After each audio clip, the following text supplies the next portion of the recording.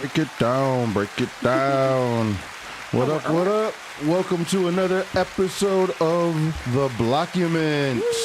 Woo! Crypto education through everyday conversation. My name is Nate Talbot. I'm the executive director of Detroit Blockchain Center. And to my right is the pick your best adjective of the day. Choose your own adventure type Choose your own adventure. Ashlee Rose. I am your. Oh, thank you. Yeah. I am your everyday mother. I'm an online reseller, and I'm on a journey to figure out what in the heck is all of this crypto, blockchain, Bitcoin, pick your coin stuff about. Pick your coin. Have you picked your coin? Bitcoin. Bitcoin. Yep. Tell people all the time I am the Bitcoin mostimalist. Yeah. They get confused a lot because everything I sort of support is Bitcoin, but then they're like, but you talk about all these other shit coins and stuff. It's like, because there's always something to learn. Yeah. There's always something to learn. It doesn't mean I'm going to put all my wealth there, but there's cool technologies happening. There's other things we can learn from, and there's other things. I think I've said this before on other shows, right? It's like, I'm not going to, just because I prefer cars doesn't mean I have to think like an airplane is the same thing because they both use engines. Mm-hmm. Just because two things use a blockchain don't make them the same, right? So I think you can... Or even the opposite, even if just because you like cars doesn't mean you're going to hate on trains. Right, exactly, and never ever use a train. Because they're not cars. Right. Two different things, two different purposes. Mm-hmm. But that's not what we're talking about today.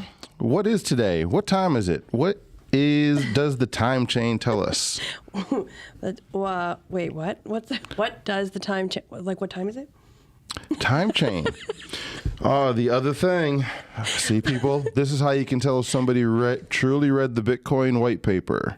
Because the word blockchain doesn't appear. It's just a time chain. Yes, I know. Just a time chain. But I feel like I wasn't sure if you were asking me what time it was or like what is a time chain. No. What's the time chain? Tell us.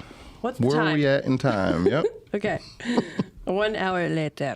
one eternity later. Okay, so the block height is 826,702, and the size of that block was 1.92 megabytes, which was comprised of 6,497 transactions. Nice. That's pretty. Yeah. That's a lot of transactions. Pretty hefty. Mm-hmm. The subsidies and fees for that one were 6.645 Bitcoin, which equals 277,908 USD. The lucky winners of that were Foundry USA. Foundry. All right. You've been dying to do the Block Explorer, where we actually explore the block. We're going to have to get that episode in the next, I don't know, few thousand blocks or so. Yes. Somebody did a study earlier, I guess did a comparison. The average block time is supposed to be about 10 minutes. Right now it's at about 10.3 minutes per block. Sometimes it's a little less, like that. The block before us was only 5 minutes. We would be about, I can't remember the number off the top of my head, but it was someplace around 75,000 blocks less. We'd be at block 780,000 something. What? If a new block was truly produced every 10 minutes on so we're point. moving too fast. So we're actually ahead of the curve. Which is why when people say, like, well, when is the next halving or when is this event? It's like, well, we could say it's about April, but it could be early April, could be late April. Yeah. Could be May. I wonder if that's good or bad. It's expected. That we're moving so fast. It's expected. It was an average. It was never supposed to be a tick-tock 10-minute clock. Okay. So, what are we talking about today? Today, we are talking about, does a limited token supply matter? Does a limited token supply matter? What do you mean by that? First, let's break that down a little. Well, originally, we were doing a show, and you just casually threw on me that there will never be 21 million Bitcoin actually produced. And I was like, WTF, mate. And then you kind of went into how limited token supply might be able to help us understand that. All right. Why do you think there's a limited token supply? How do you answer? Why does token supply matter? Does it matter? I would say so that there's not just printing into infinity with no like definite rules to the game, to the tokenomics. Okay. I don't know if that's right or not, but that's a common response. oh boy, whenever that's the response to my response, I know it's not great for me. I have a lot of controversial takes, right? In the especially in the Bitcoin world.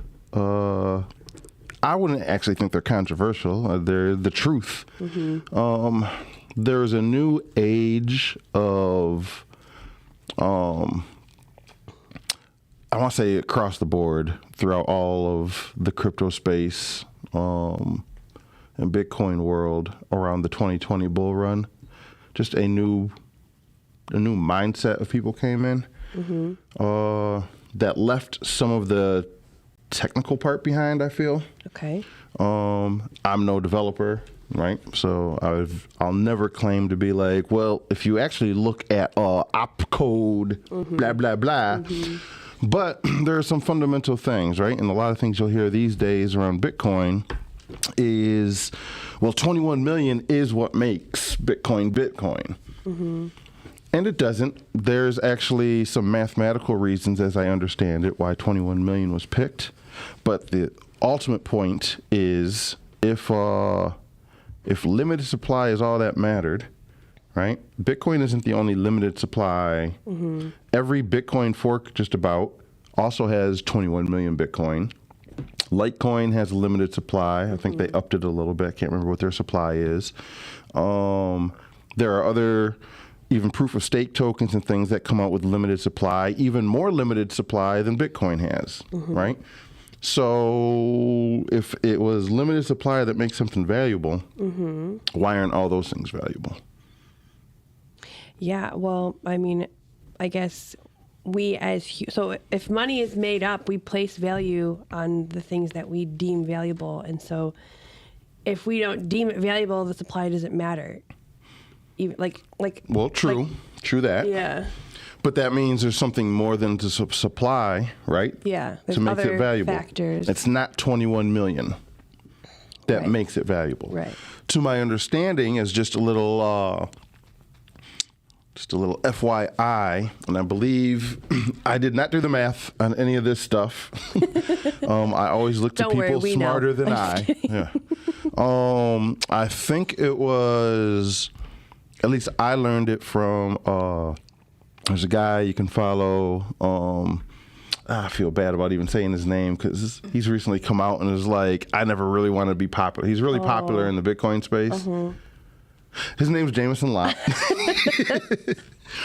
I think his handle, if you go on Twitter, is like just @Lopp, LOPP. He's got a great website with tons of like educational resources. I've probably linked him on a couple shows when I have show notes and stuff. Anyway, so he did the research and stuff, or at least that's where I got it from. But when asking through some of the earlier threads and whatnot, why Bitcoin chose 21 million, it just comes down to binary, right?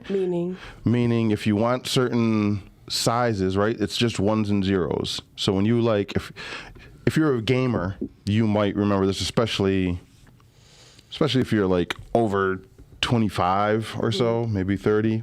But even Minecraft, right? You have like 8-bit. I'm just barely over 25. I'm just kidding. I thought you were like just 20. Yeah. bits. Games used to come in bit, right? Like Nintendo was like 8-bit, and then it got really Nintendo 64 was because it was 64-bit, and that just meant the graphics could get better. Okay. And now a lot of JPEG. So if you do like the NFT, right, all those blocky, a lot of them are like really blocky. Those are 8-bit. That's why they call them 8-bit. It's really low resolution, right? And they're low resolution because you can't cram as much data into it, right? And that's why their file sizes are smaller, things like that. Now it's a design choice, but it used to be your only choice. And 21 million, again, go check out LOP for a bigger breakdown on it. But basically, 21 million was the issuance, or having 100 million per Bitcoin and all that was the way you could fit in and maximize the amount of coins you could shove into a network designed like Bitcoin was built. Right, your block sizes have to be a certain size. I'm probably really butchering the explanation. So again, go check out LOP. But are you saying like based on the size of that Satoshi wanted the blocks to be, this is the maximum amount of coins? Yeah, it's not so much that. It's like we're talking about distributed computers, right? We're a distributed network. Yes. So I have to make my node sync with your node, my computer sync with your computer. So we have to share data. We got to span data around a global network. What's the maximum amount of information you can pack in that also allows you to share the data on a global network every 10 minutes or so, where we can all agree this is the current state of the blockchain? 21 million happened to be that number. So likely Satoshi did this math as well. Yeah. Okay. And it fits with so many other things like the halvings, right? The halving dictates how much Bitcoin supply is left. So in the very first blocks, you would get 50 coin subsidy. At that first halving, when that ended, 50% of the supply of Bitcoin was gone, mined. When it dropped to 25, right? So now that was another 25% of the supply is now issued. We're about to go from 6.25. So when the halving happens in a few months, there will only be 6.25% of the supply left, or 3.2, 3 point whatever. One half of that is. Blah, blah, blah. Right. So anyway, that's just a sort of side channel fun fact stuff. Yeah. But do token supplies matter? I don't think so. I mean, I think they matter. What matters, especially in a Bitcoin world, or if you're making anything that has sound money, right? What gives it soundness? And it's predictability. So Monero, for example, has what's called a long tail. They don't have a limited supply. They had, and again, I don't remember their numbers, but they had a base amount that was coming out, and just think of like a slope that starts high and then slowly trends downwards. Bitcoin does that, right? Started with 0 coins mined, so you had a really high number, and it just sort of sloped downwards. Meaning how many are left? Meaning how many are left, and eventually, but Bitcoin goes straight down, and it's going to go to 0. Something like Monero curves out and never quite goes to 0, right? It just gets this little bit of emission, right? So there's built-in inflation to it, right? It'll never be hard capped. That's still arguably hard money because it's predictable. An argument against ETH being hard money or sound money is they've changed the actual supply number multiple times. So like right now there's a current, I mean, you could actually go to the website, right? I can't remember if it's soundmoney.something. But, you know, they had that ETH 1559. So you have this burn issuance, which theoretically makes it more deflationary at points than even Bitcoin is. But they just added that a couple years ago. Yeah.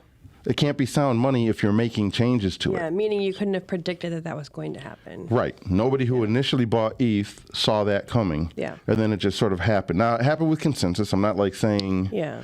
The boogeyman stepped in and just like did it. Yeah.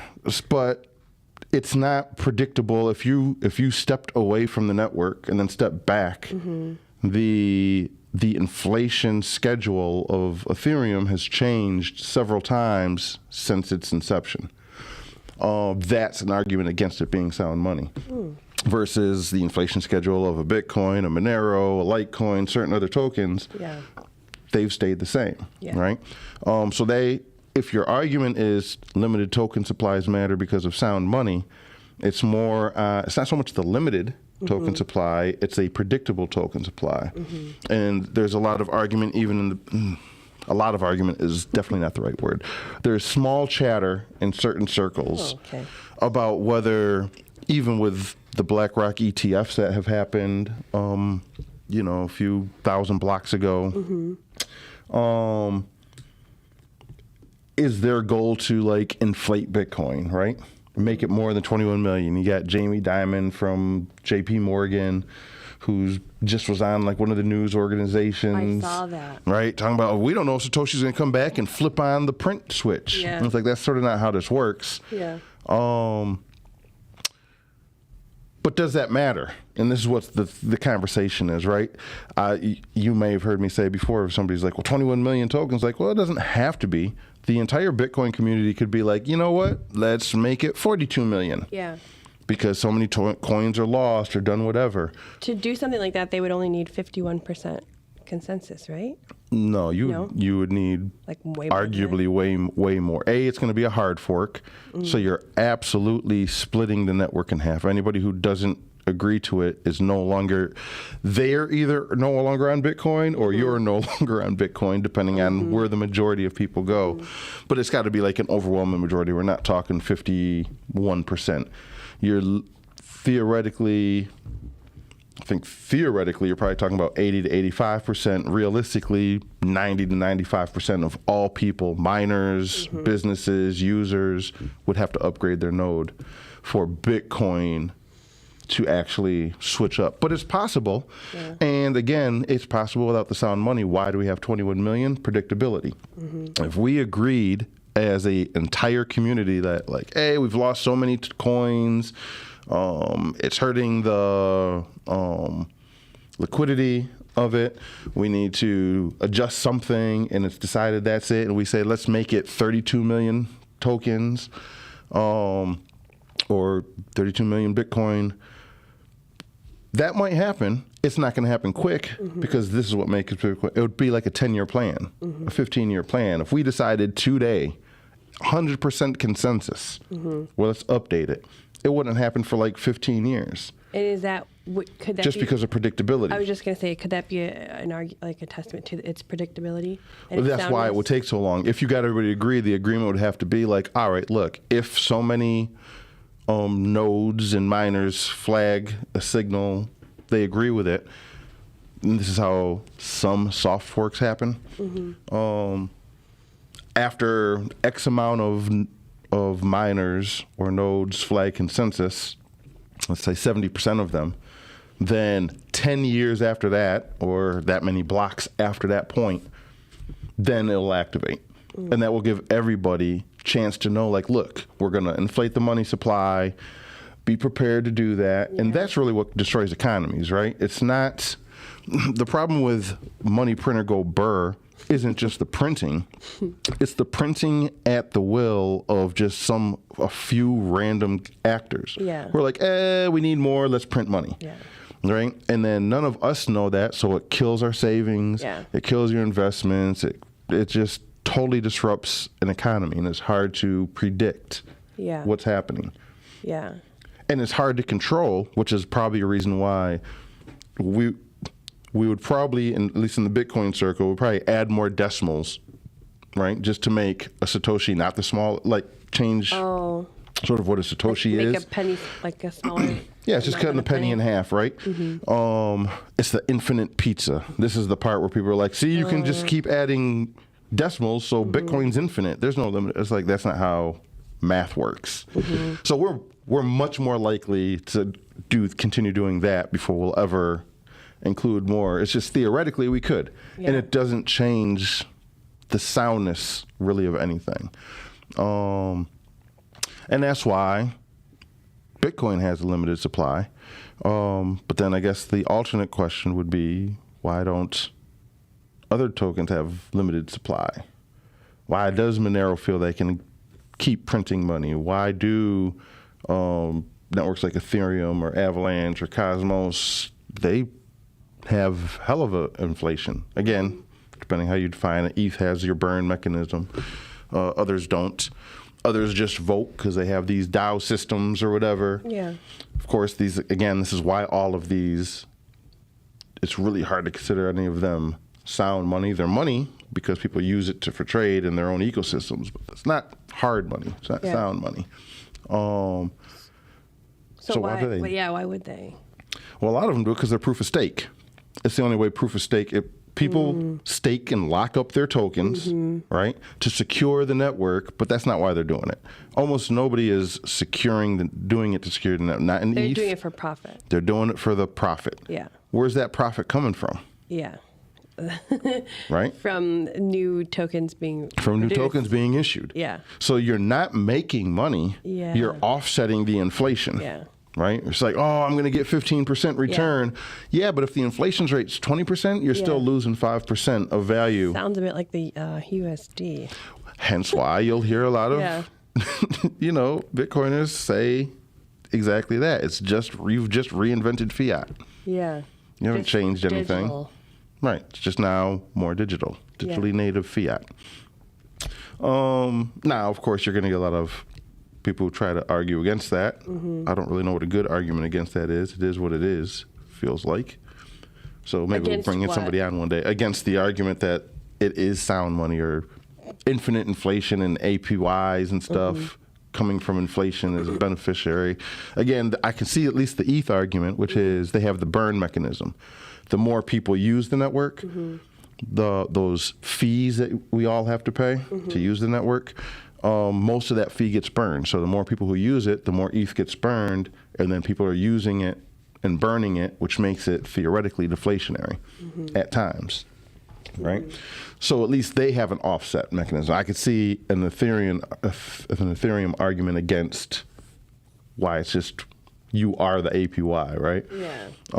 But most systems don't have that mechanism built in. Is that kind of just like farming? Is that what that's called? Well, people do. Well, this is why people stake. It's, yield farming. Even if you are a proof of stake type person, like I personally think what they call liquid staking, I think that's an attack on proof of stake. It's a huge attack vector. And again, just look to Ethereum. This is why, like I was saying in the beginning of the show, they're like, Nate, you do Bitcoin. You say you're Bitcoin motionless, but you do all these other. I like to see what other people are doing. Yeah. Because sometimes they do really cool things that I find really interesting. Sometimes they do things and I'm just like, we should think about that before we do it here. Yeah. And one of the things Ethereum is learning quickly is about, they did proof of stake, which, all right, we'll see. But then they allowed liquid staking, right, which is just the receipt. Then now they got restaking, which is like staking the same token. Oh my God. It's fundamentally gets more and more out of control. Where even like Vitalik now is like it's fiat. crazy. Right. But worse. Yeah. Because at least with fiat, it's by government mandates, and at some realm you can mandate the government either through an open, right, representative election or a revolt. It's really hard to revolt against a global, decentralized, quote-unquote, system. So you don't even have that avenue. How do you revolt against Ethereum? Come together on Twitter, I guess. Yeah. Well, no, you just either got to stop using it. That's about it. Yeah. So, supply, it matters. People don't think about supply. I sort of like a lot of things that happen on the Cosmos ecosystem. Their way of thinking about doing things. But they have that problem just as well. They overinflated the supply because they wanted to incentivize people to stake, which, it's all sort of becomes this Ponzi type scheme, at least on its surface. Yeah. And now a lot of the blockchains built off of a Cosmos SDK, they're rethinking their inflation schedules. Like, we need to reduce, like Cosmos Atom, the main chain, the central chain. I don't know how you want to describe it, but they just decreased the inflation rate by like 50%, realizing like, yeah, this thing will never have any real value if we're just inflating. I think I can't remember what the cap was, 10 billion coins or something. And that's an unpredictable move, right? Well, again, it's theoretically consensus.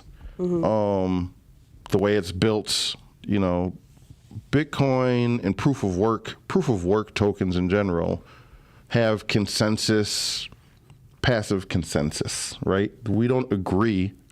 I just decide if I'm going to run the software, and if I'm happen to be in the majority that runs that software, that's the consensus. Is it like how sometimes there's like boycotts on stores? You if you choose to shop at a store, that's your consensus saying, I like the store and I want to keep it in business. But if you're like, I don't like the store, I'm not going to shop here, I don't like what they just did, that's everybody who's boycotting their consensus saying we don't like it and we're not going to use it. Sort of. Kind of. So like Bitcoin is like, hey, here's the store we all agree we like and we go to. Oh, look, another store opened up. It's almost identical. They just changed these things. Yeah. The aisle width, maybe some prices, something. Yeah. Okay. You're either going to keep going to the old store or you're going to go to the new store. If most people go to the old store, the new store doesn't have very much value. Right. If most people are like, we like that change, they all go to the new store. That's the new store, right? Versus like Cosmos, what I'm talking about, there's more DAO run. That's more like everybody goes to the store and they're like, hey, we really hate the aisle width. Hey, everybody who has spent money at the store, has money in the store, let's vote. Should we make the aisles wider or narrower? And then they do a vote. Now, the more money you spend at the store, the more vote you have. So there comes a potential rub, right? But if it's voted the aisle should be wider, the aisles become wider. They don't start a new store. Yeah. They just vote on it. And if you lost, you lost. You don't like it, go start your own chain. Yeah. Right? Yeah, those are the main. And then you got like the ETH way of doing things. Ethereum is more like they're always changing things. And what they'll do is they set this, they rig the store with explosives. This is really... Okay, what? Especially when there's like proof of work, it was called the difficulty bomb. But it's literally what they're doing. They rig the store with explosives, and they say, look, we're going to use a form of consensus similar to Bitcoin's consensus model, except once we all agree, enough of us agree, we're going to build a new store. We want to make the aisles wider. We're just going to build a new store with wider aisles. And as soon as that store, we cut the ribbon, the other store has the clock starts ticking down and it's going to blow up. So you can stay there if you want to, but it's going to blow up. Oh my gosh. So How did you I can not come know to the new about store, this? you can blow up. And that's sort of how Ethereum works. So you have the option, but... Yeah, you can stay there. But you can try to do defuse you the bomb. really? Yeah. But is that what you want? And this is you saw this happen. Wow. We've seen this happen every Ethereum fork. That sounds crazy. Like what? Like, can I ask? Like, why they do that? Like, Yeah, because you can't. There's a lot of reasons. So that should be its own episode. okay, why does Ethereum blow up? Why does Ethereum blow up? Yeah, I mean, it's how you get people to force them into consensus. Once enough of us agreed, look, we're all going. And there's ways you can defuse the bomb. This is what Ethereum Classic is, right? But it gets harder and harder, especially, and another lesson, like Bitcoiners, Monerians, even Litecoiner, anybody who has these sort of monolithic chains, we sort of do one thing. This is a key lesson you can learn from smart contract chains, which is, especially when you incorporate something like DeFi, right? Tether, USDC, stable coins are a thing, right? Yes. A stable coin, the only working stable coins are backed by actual dollars. Yeah. So here's the thing that happened when Ethereum went from proof of work to proof of stake. You had DeFi on proof of work, right? Okay. What happens when they split, they tried to start a group of miners because miners got left behind during that fork. They were like, well, we're going to do, what do they call it? ETH-W or WETH, right? ETH proof of work or ETH POW, whatever they were calling it. Why that was bound to fail? How do you fork? When you do a hard fork, if you're a user, an average user, you get both chains. They just copy and paste the chain, basically, right? Okay. You have one block where you guys were both the same token. The next block, there's two. Just think Bitcoin, Bitcoin Cash. Okay. If you held Bitcoin, when Bitcoin Cash forked off, if you had 20 Bitcoin, you now have 20 Bitcoin and 20 Bitcoin Cash. Okay. Right? Yeah. How do you do that with a stable coin that's backed by a single dollar? The chain forks. How do you have, if you had a 10,000 stable coins, now you have 20,000? But yeah. I mean, Well, where's the backing? right. They didn't put an extra $10,000 in the bank account that backs that stable coin.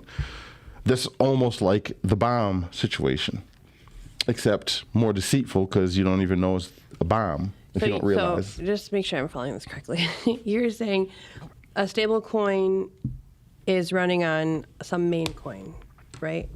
And the stable coin is the fork, or you're saying if the stable coin forks? I'm saying if the blockchain, Ethereum has DeFi. Okay. DeFi was mostly backed by Tether and USDC. Okay. Both Tether and USDC are backed by physical dollars or dollar equivalents, right? So if you got 10,000 USDC, theoretically there's $10,000 sitting in a bank account someplace, and USDC is running off of Ethereum, this version that you have, right? Ethereum forks, right? Yes. So if you had 50 ETH tokens, now you have 100 ETH tokens. Theoretically, you have the forked ETH So the and the DeFi old also ETH. gets like duplicated. Everything your NFTs get duplicated. Which one's the real NFT? Which one's the real stable coin? Which one's the real loan? Well, then I don't know. I guess That's a whole other show. I was gonna say wait. What's that one called? That's still the blow up one. Yeah, sure. We can be like, why chains blow up? I don't know. Okay. But these are the things you got to think about when thinking about limited supply, your supply issuance. Yeah. How is that going to affect everything else down the road? A lot of that comes to the game theories, human behavior, the economics, and you got to fully think out the economics. So when people are like, oh, I got this new token, I'm going to do a new chain, and my purpose, I have a chain for dentists. It's like, cool, but what's the real economics there? Yeah. Right? I got a chain for the cannabis industry. It's like, cool, but why can't they just use Bitcoin? Yeah. Why do they need their own token? Right. What's the economics there? Sounds cool. Yeah. It's just like marketing. And it's a way to print some money up. Yeah. But what's the real economics involved? Well, that's it. Printing the money up. Well, for 99.999% of them, yes, absolutely. So that's interesting because my my question that I had written down here is why do people think that the limited token supply matters, and like how did we get here? Is it all just like, is it marketing? Is it like Well, it's because Bitcoin false started information? Is it? Bitcoin started it. Bitcoin started with 21 million. Yeah. I think a lot of people, again, that gave it sound money. I don't think anybody, very few people, besides the actual cryptographers and builders, understood the why. Most people just thought this is what I said earlier. I feel like the 2020 generation across the chain is a different breed. And it's because The non-technical now, or less. yeah, technical. I mean less technically kind. less technically concerned. Okay. You know, when I first touched a Bitcoin up to when I got totally sort of orange pill, that was between like 2013, 2016. Okay. The people I learned from, the only people who were available were the builders. It hadn't really hit mainstream yet, right? Okay. That didn't happen to the 2017 bull run. And even during that 2017 bull run, when people were coming in, they were all coming for the money part. But the only resources were provided by either mostly by those technically savvy in the space, the Andreas Antonopouloses of them all, of the world, or by at that point you had some.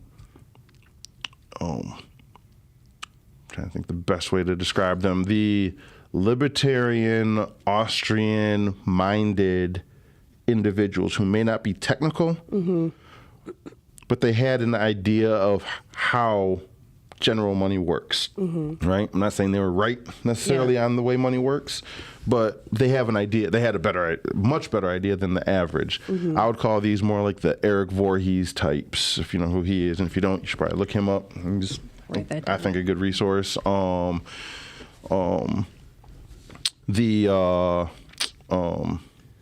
Bitcoin Standard Safe Deans of the world and the economist types, those are your only resources.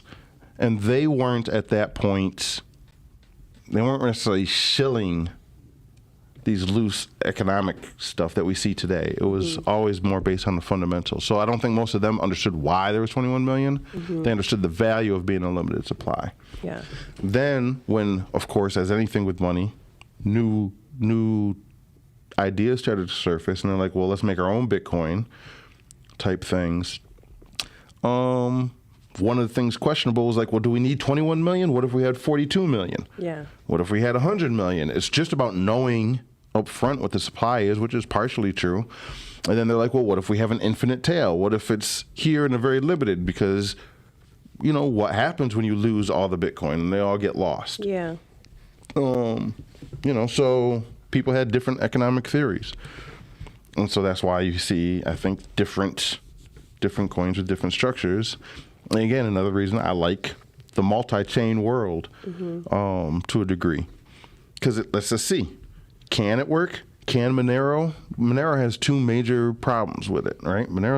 I personally like Monero. Not investment advice. You can't buy it in most places because it's delisted from almost all the exchanges. Yeah. So your government probably doesn't like it. So definitely not investment advice. But the only two weaknesses to me with the Monero is there's a reason behind Bitcoin's transparency. I do think all transactions should be private, but there's a reason it's got transparent. Monero is 100% private. So it's a benefit, but I think it's also sort of a weakness to a degree. And then Monero has a tail emission. So it has continual inflation. Again, is that working? I'd like to see this project because we can see a real world example. Does it work out or doesn't it? Yeah, but all of these things seem to come back to the trilemma, I guess. Like you can't have everything that is good in one, unfortunately. Go check out the episode. What is the trilemma? Let's see, just scrolling through our history. That's episode something. Yeah. But go check it out on theblockdocument.com. There it is. But yeah, it does come back to the trilemma, and what should you really be solving for? And some people are like, episode 21, by the way, trilemma, episode 21.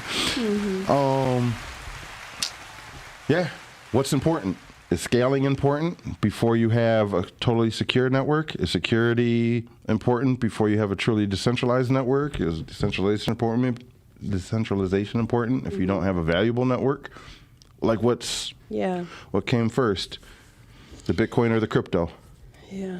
So I guess, so the does limited token supply matter? I guess the answer is maybe. Sometimes, depends. Depends on the person. I think a predictable supply is what's the most important. Predictable. Myself. I'll write that down again because that's a pretty. To say like 21 million tokens is like the golden crux. Again, I don't think most people would ever be able to tell you why there's 21 unless they listened to this episode or came across Jameson Lopp some other way and then went and checked out his, thing about it. They couldn't even tell you why 21 million. So if it wasn't 21 million and Satoshi chose 10 million or 100 million, it's the point that it's predictable. We know what it is, and it's really, at least in Bitcoin's scenario, it's really hard to change, right? Yeah. Theoretically, it can be changed. Probably will never be changed. We'll take every other route in the book to avoid ever changing that, which is that good or bad? I don't know. Probably more bad than good, but it's predictable. And if you're going to make, and this is the thing about money, right? Because this at the end of the day, this all comes down to money at its base. Mm-hmm. Money is just a representation of energy you've spent, right? The work you've done, your proof of work. You don't want that purchasing power to be deflated in a day, in a week, in a year, in a lifetime. Yeah. People don't build wealth just for themselves. They build wealth for their descendants, right? And I want to be able to pass that down to my descendants. And so this is why predictable supplies and predictable economics are important. Yeah. Because what I make today, I need to be able to ensure 3 generations later, those economics are generally the same or better, right? And if you're going to change them, at least have enough run room to plan on that. Yeah, which is not happening today with the USD. Which definitely doesn't happen. I mean, we go to the mempool at the beginning of every show to track the time, right? So you can archive our time in the future. We could theoretically do the exact same thing with just fiat. Yeah. We could be like, what's the issuance at the start time of the show? The only problem with that is it would change 10 to 15 times in the little 40 to 60 minutes we record for. Yeah. Right? It's so just changing and unpredictable. You never know what's going to happen. Yeah. So, that is what it is. So it's unpredictable, which means is it sound? Is it sound or isn't it? And do you need it? Because again, depending on what you need, you might not need it to be sound. I don't need my profile picture to be the most sound money. Right. Right? Yeah. So, there it is. Yeah.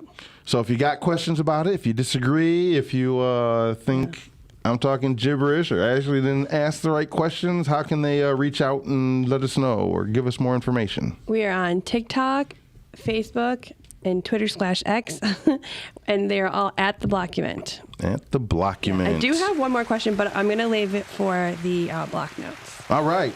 So the block notes, if you don't already know, we do occasionally, most times, we do an after show. Yeah. It's YouTube only exclusive. So you got to go to YouTube. Usually drops about 2 to 3 days after our main show. So Tuesday or Wednesday.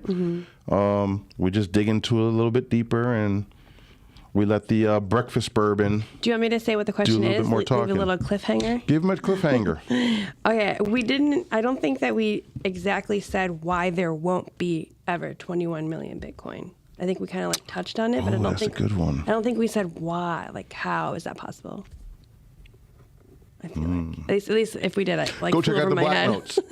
Go check out the black notes. Yeah. Figure out why. All right. Yeah. Cool. But until then, come for the riches. Stay for the revolution. Peace.